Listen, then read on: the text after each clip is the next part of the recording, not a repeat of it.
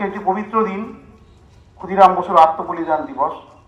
এই আত্মবলিদান দিবসটিকে স্মরণ করে রাখার জন্যে এই আয়োজন। তিনি মেদিনীপুরের সুসন্তান। মহুবনী গ্রামে আজকে তার সরকারি অনুষ্ঠানটি হচ্ছে কেশপুরে।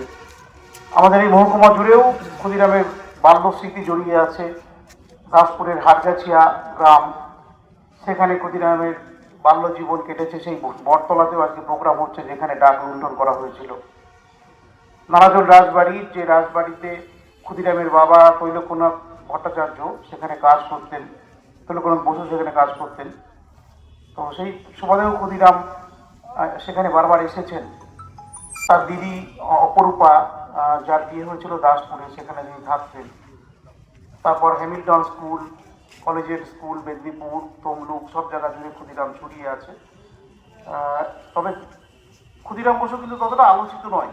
মানে ক্ষণজন্মা এই শহীদ, যিনি ভারতের স্বাধীনতা আন্দোলনের একদম প্রথম যুগের শহীদ, একদম প্রথম 1908 সাল 11ই আগস্ট তিনি শহীদ হন। তখন খুব বেশি শহীদ কিন্তু মানে স্বাধীনতা আন্দোলন তখন খুব বেশি দানা বাঁধেনি।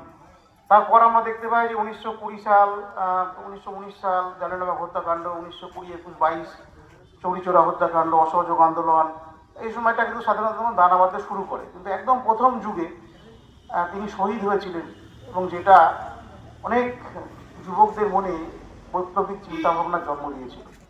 সেদিক দিয়ে ক্ষুদিরাম বসু একটা পায়োনিয়ার বলা যেতে পারে স্বাধীনতা আন্দোলনের ক্ষেত্রে, দিকপাল। কিন্তু আমরা মেদিনীপুরে আরও বেশি মাত্রায় ক্ষুদিরাম বসুকে স্মরণ করা উচিত।